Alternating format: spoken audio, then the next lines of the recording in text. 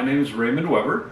And I'm Jenny, and we're Weber Family Reviews, and today we are going to talk about the games that we rarely play, but will never get rid of. Okay, so we actually stole this from the Family Showdown.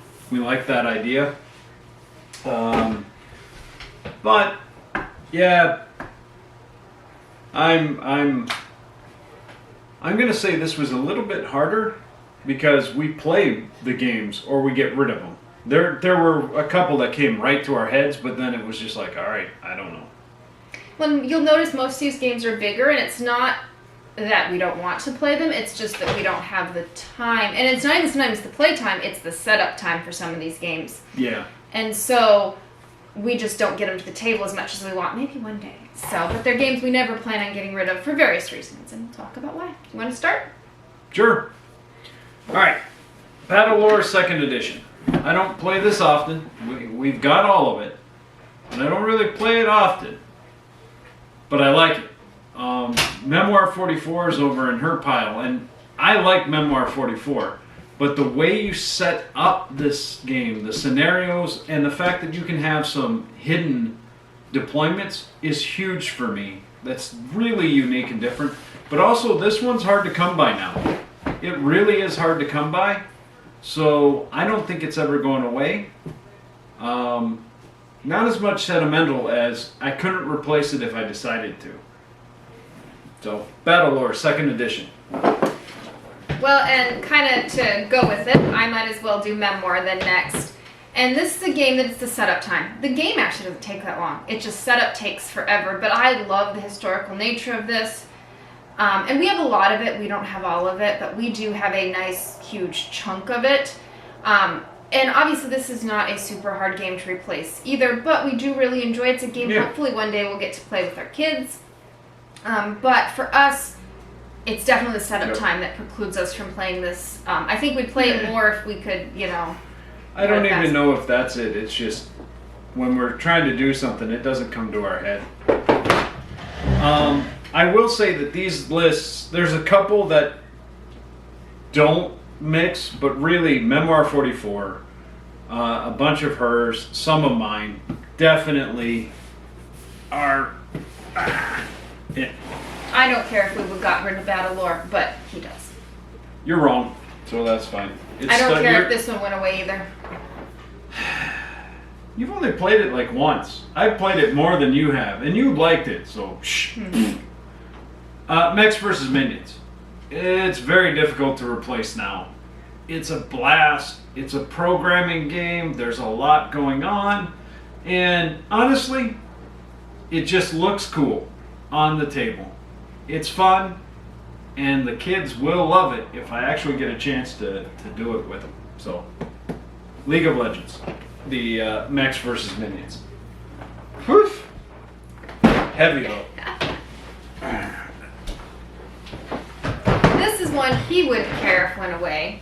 And this isn't even just specifically this one. This is probably his favorite. Actually, that's the one you should keep. Get rid of the rest. Yes. So this is more all the specialty Catans. They're actually, usually they come out and then they're almost impossible to find. So the issue is that I really like them all. And our kids actually don't mind Catan either.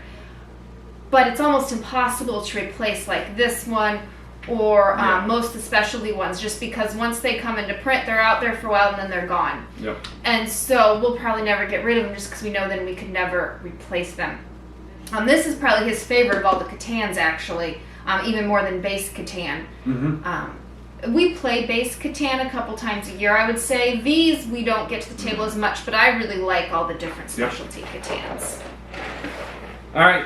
This one does have some sentimental value, but also I like Lord of the Rings. But War of the Ring, this happens to be 2nd edition. In college, we played a lot of that. My friends and I, not Jennie and I. But I like it, and she'll play it with me. She doesn't mind it. She does weird things with the free people and wins via military. Yes, it's the best ever victory.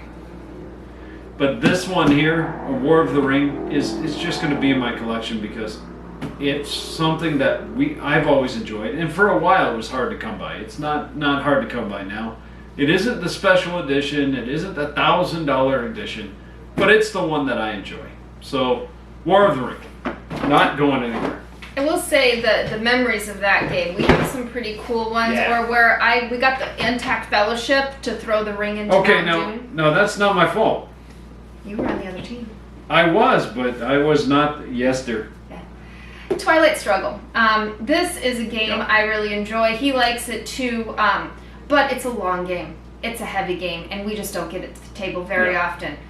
We have blown up the world. We managed to do that. Okay, well, I did. But anyways, we really enjoy this game. Yep. It's a great game. We can get to the table. We just don't often have the couple of hours necessary to play it. But it's one that we'll always have in our collection to play. And that's one of the things. The time to play can really matter. Battle of the Five Armies, kind of along the same lines. Tolkien fan. This one is just different enough to count it as a different game, in my opinion, than War of the Ring. This one's a quicker one, and it's kind of flipped instead of instead of being able to draw out some of it, the bad guys need to hit it hard, because once Bjorn and the Eagles show up, you're dead. It's really fun. You're Bjorn dead. and the Eagles show up. Yes, I know. But I like the mechanics. I like the game. And again, this one is hard to find. This one's hard to get, and so it's going to be in our collection forever. This is the 1960. This was one we couldn't find. They finally reprinted it, and they wouldn't even ship it to Alaska. We had to ship it to my father-in-law's, to his dad's in Michigan, and bring it home in our suitcase. So this is not something that we could probably easily replace, and being a history buff, this is a really fun game. I actually like that one better than Twilight Struggle, mostly because it seems a little bit more streamlined. I like them both, but if given the choice, I would probably take 1960 over playing 1960 over Twilight Struggle, but same concepts. Yeah, same concept, same kind of thing, and they're both really good games, but again, they're long games, and they require brain power. And our problem a lot of times when we go to play a game at night, we don't have the brain power for a game like this. Maybe, one day, I don't know, in the far future when we... If we play it on the weekend, in the afternoon, on a day where it's not going anywhere. Yeah. All right, we have played this one. This is new on the list, and I really liked it. And before you say, but there's a second edition. Yes, but I got this one really cheaply. It's the complete first edition, and it was fun. You were building the civilization, you were moving around. It wasn't actually as long as I thought it was going to be 2-player. We got through it pretty quick, and we kind of need a civ building game. We don't really have one. So this gives us the tech tree, you can build your ships, Eclipse. It's going to be here. Now, of course, I may prove myself a liar at some point and get rid of it, but right now I don't see this leaving. It fills a niche in our games that we just don't have. Do you agree? Yeah, I don't know. We haven't had that one long enough for me to really... I agree we want a civ building game, and we haven't been able to find one we like. We like that one. Yeah, I wish it was in space, but that's me. Well, now, okay.